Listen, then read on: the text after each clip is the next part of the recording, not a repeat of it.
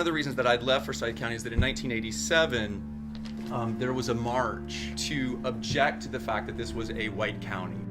At one point, there was a church group who were sort of up on Lake Lanier having a picnic, were set upon by mobs of white people in the 1980s, right? And so there was a march to protest that was led by Hosea Williams and people from the King Center. And my family were part of that march because my parents were activists. My dad's a Methodist minister. And they were met by this group, right? This is a photograph of that day. And, when I was writing the book, I thought this would seem less familiar. Since Charlottesville, the whole country is more familiar with images like this, right? And they came out and chanted and threw rocks and bottles and bricks. This is John Lewis and Hosea Williams at the front of the line leading the Selma March in 1965, just before they're set upon by Alabama state troopers.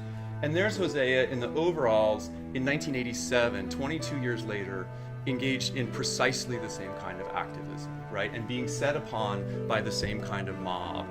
So, you have to fast forward about 2 decades, and I had fled all of this conflict. I had fled Forsyth County. I was living in New York, and I'd been out to dinner with a friend of mine who at the time was another nobody young poet like me.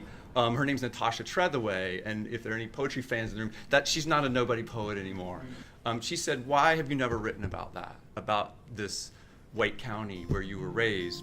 After Natasha asked me that question, I started trying to see if I could use my education to find out the real story of what had happened in 1912. There was, in fact, in 1912, a murder of a woman named May Crow.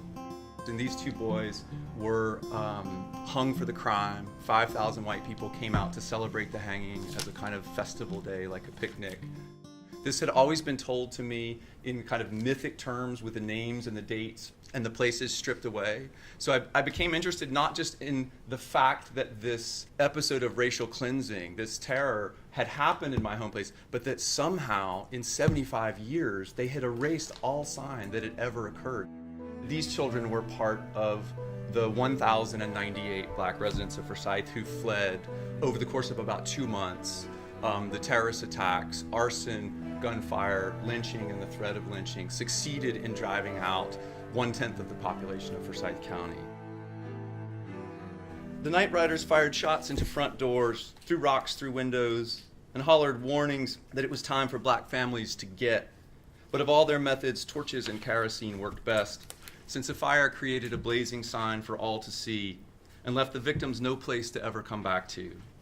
The erasure of such places from the map of Forsyth was complete.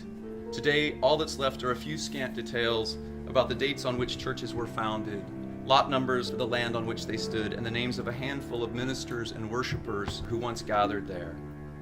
All over the county, beneath the ground on which black churches stood, the soil is rich with ashes. When I went back to Cumming the first time and stood on the corner where a man named Rob Edwards was lynched in 1912, my jaw just dropped because I had been researching this guy, and he was part of the Democratic caucus that really reversed all the gains of Reconstruction. And on the corner where Rob Edwards was lynched, there's a statue to him. And this statue was erected in 2002. So not only is there no sign on the land of what happened to the black community there, it has been really overwritten with this kind of thing. So that's kind of my argument for people to do this work, to interrogate where they come from, to not take for granted that the prosperity around you, that it got that way peacefully or justly. So thank you guys so much for listening.